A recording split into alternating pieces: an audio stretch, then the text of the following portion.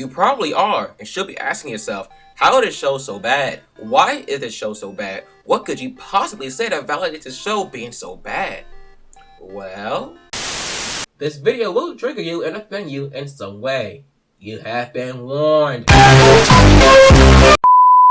I guess I should back the phone here. I wouldn't exactly call this show shit.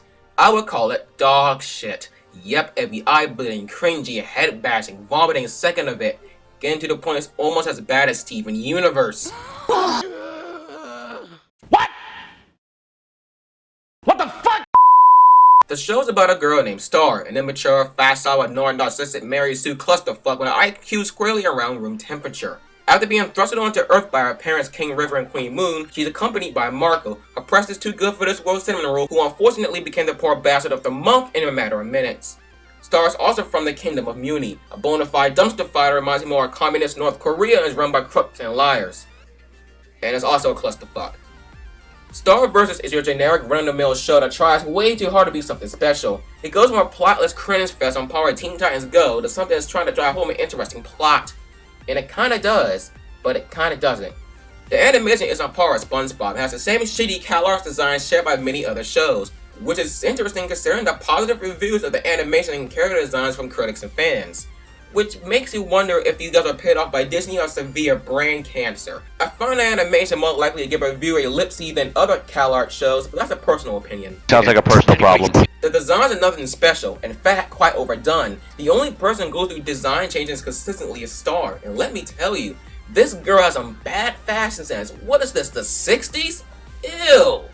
The show is created by Darren Murphy, a surefire nominee of the Rebecca Sugar Clusterfuck Award of the Year, and also the most overrated creator of all time, not named Rebecca Sugar. And is written by a crew of people who cannot comprehend proper development if it hit them square in the jaw. Just imagine having a team of that many people and being that inept at proper writing, especially at developing. Harsh. Which is another glowing review. The writing. All these people are blind. It's too early in the video for me to start ranting, but to call the writing in the show good, at least on the development side of things, it's like saying Teen Titans Go is an intriguing show. Both not only wrong, but completely stupid to even think about. I'm surrounded by idiots. Anyway, the show's supposed to be about Star fighting monsters. Wait, I thought Star was sent here to improve her magic into mature, not going on a play date with some goons, but what do I know? I guess it wouldn't all be that bad if she improves her magic while she's fighting, but on the contrary of what she may think, she uses the same damn spells repeatedly. In fact, during a battle with Meteora, she's using the same spells from Season 1 just on steroids only because of her mutability form. She's done next to nothing to gain access to new spells, nor really improve her current ones at least from her own accord. She's too busy either goofing off, getting in trouble, worrying about her love life which is shitty upon itself, or all of the above. Tell me right now, when have Stars ever improved their magic of her own accord, as in without any major help from anybody else, or for not stupid goofing off reasons? Once. In Season 1. When she had to reverse Marco's arm. That's it.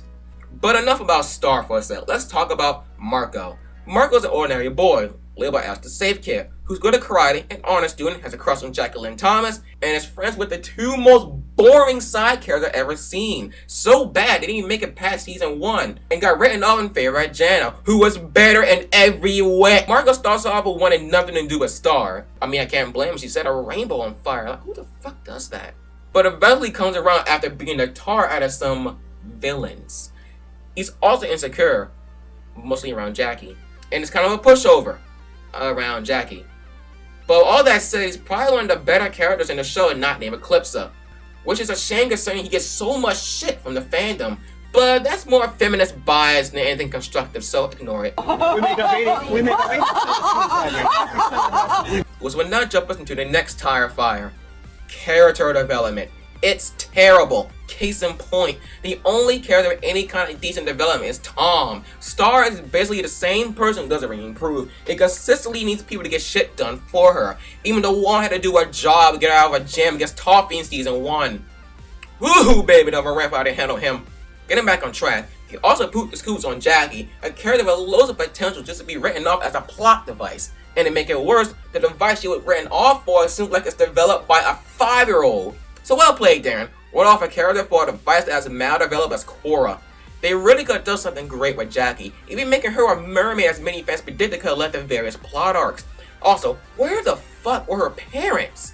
Maybe involving parents and the events of Munich can open up something. Perhaps an identity arc for, let's say, the fans are right and she's a mermaid.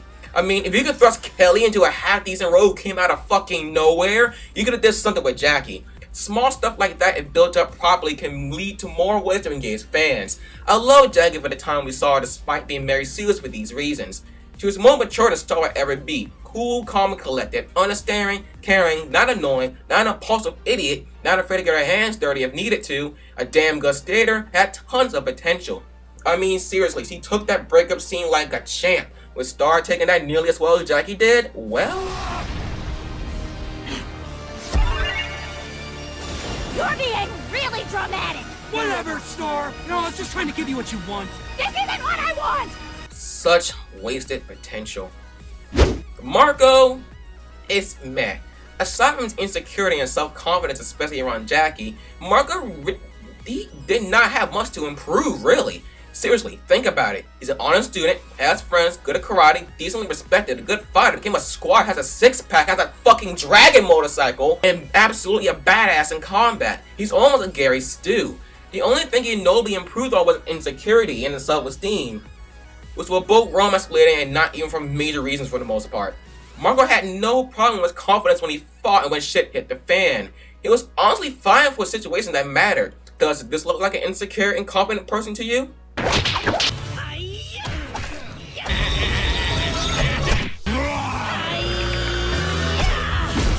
I don't want your stinking sandwich! Coming!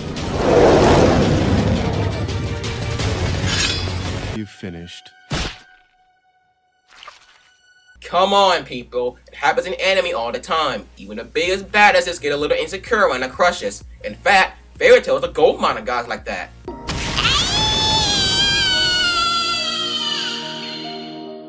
So, while he did have some development, it was all for nothing because he pooped scoops with Jackie.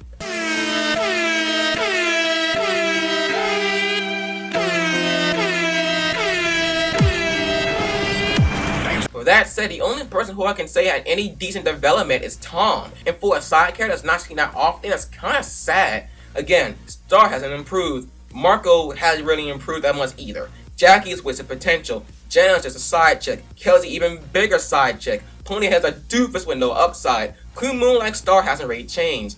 And no, my kind of never development back when she was young. That was a flashback and not part of the original timeline. And River's a stupid slob. So when you put it all together, this character development in the show is an absolute clusterfuck and not completely non-existent. But wait, there's more. How about that scheduling, guys? This show would take the Steven Universe Award for the most hiatuses. You hype up fans for season 3, give us 4 episodes calling it a movie, then proceed to go on yet another hiatus. What the fuck were you doing for that first hiatus? If a small-ass company like Rooster Teeth confess that quality shows weekly with rarely any long breaks, then what's your excuse? And it's not like the wait was worth it. We come back to the biggest middle finger to the fan base with the defeat of Toffee. Again, prepare for our Class A rant. Now we're midway through season 3 and whoops, never mind another hiatus. And then we return to more half-assed junk. But wait, there's even more. We're in yet another hiatus. Not any hiatus, rumored to be the biggest hiatus in the show's history. Yay. But that's not even the shittiest of shit. If you think it's any shit, just wait till I explain the plot development. To say the plot development is shit is an understatement. I go to lengths to say it's so bad it makes Steven Universe look decent. This team of writers can outwrite a couple of teens from Tumblr, which is funny because it's true. For example, a couple of fan artists by the name of Morning Mark and Spatine, whatever the fuck you pronounce the name, are creators of a Shit War AU comment. I can say this firmly. That comment has better plot development than the show itself. In fact, I'll go as far as it has better overall development in the show, period. And this is a Shit War AU. Shipping. You know you fucked up when a shipping comic run over Patreon has better development in almost all stages than your multi-million-dollar production. They even made Star more likable, not a complete clusterfuck. You have a team of that many people and cannot make a halfway competent main lead. Oops. I have a Patreon on these guys, by the way. I'll keep it up. I love your work. This long string of ineptitudes prompted many fans to begin to leave the show in quite alarming numbers. More or less because of shipping, but they even fucked the development of that up. I'm not a Starco fan at all, but the way the ship is being handled is a clinic how not to handle a subplot. In fact, almost all ships in the show is either maldeveloped or not developed at all. The one ship that was actually developed properly was Jarko, which was sunk next season. More on that later. Kelko's a prime example. Now, how in the living fuck does a side character we only saw twice in the span of 2 seasons of an instantaneous crush on a major character? Then the major character likes her back! What the fuck? Where's the development? Where are the signs? I need the facts. Kelly's a character is a clusterfuck, and shipping this made her into an even bigger clusterfuck. Tom Star's a roller coaster confusion fest. Star was a dumpster fire manaspot, incompetent boob. Fucking Tomco makes better sense than Starco at this point. I see Tumblr readers make better ship development every day and better overall development period on webcomics. So what's your excuse? And these are just a fraction of this ineptitude. The ship is surprisingly not the biggest pile of garbage in the show for the most part. Let's start with Meteora. We see her at first time in episode 10, 3 times in season 2 until she shoved down her throat in season 3. Meteora confuses me. I find her arc rushed and flat out stupid. You're going to find Meteora as someone who was wrong and rightfully upset. I mean, who wouldn't be? And while I would have loved to see Hekapu die via branding sports and fuck her, but for the clever person she is, her solution is throw a temper tantrum at everyone. Which is deliciously ironic considering she turned to her baby in the end of season 3. It seemed like the staff tried to shove in another all-powerful villain to keep it with the hype they've been building up, but made a product that makes as much sense as Kelly. But don't worry, it was all for naught anyway because he got one-shotted by some bullshit overpowered plot armor magic anyway. Not the first time we saw this. Now, I will admit, when she was introduced as a possible threat, it intrigued me. But, like almost everything in this show, I was left with sand of missed potential going through my hands. Well, the good news is, it wasn't nearly as disappointing as this next one. Oh, Eclipsa. Throughout the series, she's portrayed to be this evil, despicable, villainous witch. Then she turns out to be the sweetest, most sensible character in the show. And it's not like being evil was just fueled by the cancer of cucks. All throughout the show's social media, meetings, interviews, all boiled down to Eclipsa being this evil person. Built it up so much it was almost like guaranteed she would be evil. Talk about anticlimactic. It's like they tried to make a plot twist, but it was done so poorly and so slowly, all it did was piss off the fans. But despite that, it's just however mad for me, because I can at least forget about it, move on with the show, and retort all my anger toward the Council of Cucks. Besides, Eclipsa turned out to be a great character anyway, so it's not all that bad. This next one, however, I did say I'll talk about this later. What a fucking joke. Everything about how Jarko was handled had me irate. No, not because I'm a no-life fan who obsesses over a fictional show way too much to be Starco shippers. This was one of the things the writers got right. The development was great. It made sense. It had signs, and it kind of helped Marco. Again, kind of. But alas, all the development, all that build-up, all for naught. And to make it worse, this shit got cast off for a ship that internationally take the Kurosami Award for most mal-developed ship of the year. Say what the hell you want about the Blood Moon. It does not dictate who you will end up with romantically. And all throughout the show, there were signs that the moon would mean something way more sinister than a stupid ship. That's kind of what I get for trusting anything in a show remotely serious. Anyway, the way Jarko ended is just another testament how incompetent this crew is. The one thing you get right, the one thing that actually makes a little bit of sense, you fuck it up. You ignore the signs, the development you put in place, you fucked it up. One of the few decent things you had, and that's sad on itself, the fact that that fucking subplot that didn't even last is your best. What absolute garbage. Oh, you think I'm pissed now? Just wait till you hear the next one. Toffee. What a fucking joke! The way he was handled was unforgivable. You take down one of the most badass love villains in the show after all that hype based on the biggest fucking plot armor ever seen. That ending was so underwhelming it almost put me to sleep. That plot armor was so strong it was on par of power of fucking friendship in Sailor Moon. Star had absolutely, positively no business defeating Toffee at that point in time. Toffee shitted on Star in almost every category. She was no match. One of the most cunning, powerful, badass, down with awesome villains I've ever seen. All these are planning, work, time, and effort. The build-up, the setting, all into it for a fucking plot device. All gone because all Star, Mary Sue, Butterfly has to do is walk around a plan, sprinkle a bit of talk new jitsu that gets her fucking nowhere, let the powers of bullshit take care of the rest. Fuck that. Again, Toffee's build-up was done well, which just like Jargo made the endgame even worse. It seemed like the crew's a blind squirrel that finds a nut here and there, but completely fuck it up, they don't know what to do with it next. What did it all mean now? Much like when Jana said true love and Nancy referring to Jargo, what does it all fucking mean? What do the Sanji put in place mean? Never makes any more sense now. All I see now in front of me is a fucking clusterfuck. All I see is as long as you have a vagina, as long as you have fucking tear ducts, no matter how powerful the villain is compared to you, they can be fucking God for all I care. You will never lose. Have these fucks learned nothing? Were you living under a rock doing the outlets when Korra got all the bending back? How in the fuck is the show funded by fucking Disney when the so-called top tier crew members have worse development, over quality, and most webcomics funded from fucking Patreon?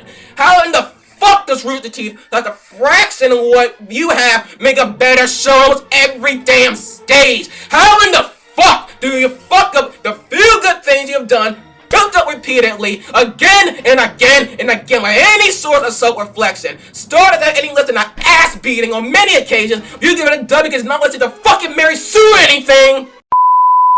I can see it now. You only call Star Mary Sue because she's a girl. You only call Star Mary Sue because you got sexist, transphobic, toucan-phobic cocksucker in no life. She's only a Mary Sue to you because you're biased and do not like her. Well, allow me to tell you to shut the living fuck up, number one. Number two, do you even know what the fuck a Mary Sue is? Let me explain to you. A Mary Sue is a self-insert character for the creator and or the audience. She's self-insert because everybody in the show likes her. She can do whatever she wants to whenever she needs to, whether or not she should be able to. For example, she's immune to pretty much all dangers no matter how powerful the foe is. One may call her too powerful, too adored, too unrealistic in the ways things work out for her, even by magic standards. And most of all, too perfect in the eyes of her peers and the eyes of the fandom. So Star gonna be one of the most powerful villains with battles, years of planning, cunning deception, over way more experience in his field than Star is in hers. Most of the school instantaneously gone full fangirl over her and became the most popular person within a day. Probably has at least 5 people pretending to be lesbian just to get closer to her, not named Star fan. Pretty much does whatever the fuck she wants for the entirety of the show. Dragging Mark along against his will through her dumb antics because even though I'm supposed to be improving my magic and maturing, I'm gonna do whatever the fuck I want because I'm a princess. Going and battle headfirst without a plan at almost every given moment and always gets out scot-free at the end. Causing shit situations for everyone else around you and never have to face any consequences for the actions that they do and proceed to do it again and again with still no consequences. And let's not forget, being in shit situations, this would be bailed out at the last second by bullshit plot armor and abilities that you've done absolutely next to nothing to earn or even access, but still does it anyway flawlessly on the first try. Remember, the last time you saw Mubity form, Star could barely fly an inch off the ground for a few seconds. How in the fuck do you go from that to this? Without any training, any effort, any care in the world, then proceed to do it again and again like clockwork, like you've done it for years. Mary Sue. It's like the crew with the Hogwarts and mixed together a run-of-the-mill princess with a Tumblrina and a sprinkle of Sailor Moon. It all checks out. She's immature as fuck and never really growing up. While the kingdom is undergoing a crisis, she thinks it's a good time to goof off. Fast out to the point she thinks it's a good idea to give up her magic when as far as she's concerned, she's the only person nearly powerful enough to defeat Meteora. Extremely narcissistic, consistently demanding attention while she's consistently prancing around like a gay person at a pride parade, being an absolute haboob to Marco and Tom while even letting them explain themselves, consistently needing people to get shit done for her, and rarely take responsibility for her actions and point fingers at everyone else but her. This show is created by clusterfucks. This channel is run by clusterfucks. It's developed by clusterfucks. Its main lead is a clusterfuck. The fandom is full of clusterfucks. Everything about the show screams clusterfuck. If you in a clinic how not to run a show, look at this absolute clusterfuck. Fans are leaving this show in alarming numbers. This string of ineptitude could have shut down Disney XD. I see less activity on Tumblr than Mino day by day. In fact, somebody made a video many months ago regarding people leaving the show. And honestly, I can say good riddance. No longer will I be in the hospital from a concussion after bashing my head against my keyboard while stars bullshitting her way out of situations that will make LeBron James jealous. With the show having no more major villains, no more direction, I expect the new villain to be shoved down our throat and Rustin develop poorly, and Tomko will be canon by the end we care about ships. Don't be surprised if it's canon, it'll be a fitting end to the show. Now it's time to watch dislikes rise. Let the comments turn to clusterfucks, and opinions are plenty. Feel free to say how wrong I am, or how Star Goes the best ship, or how I'm just some salty fucker because Jocko ended. You may just find yourself in the next video and rip you to shreds. I guess what I'm trying to say is, be careful what you type, and let's have civil conversations. Fuck it, I knew it'd be too much to ask. Let him rip!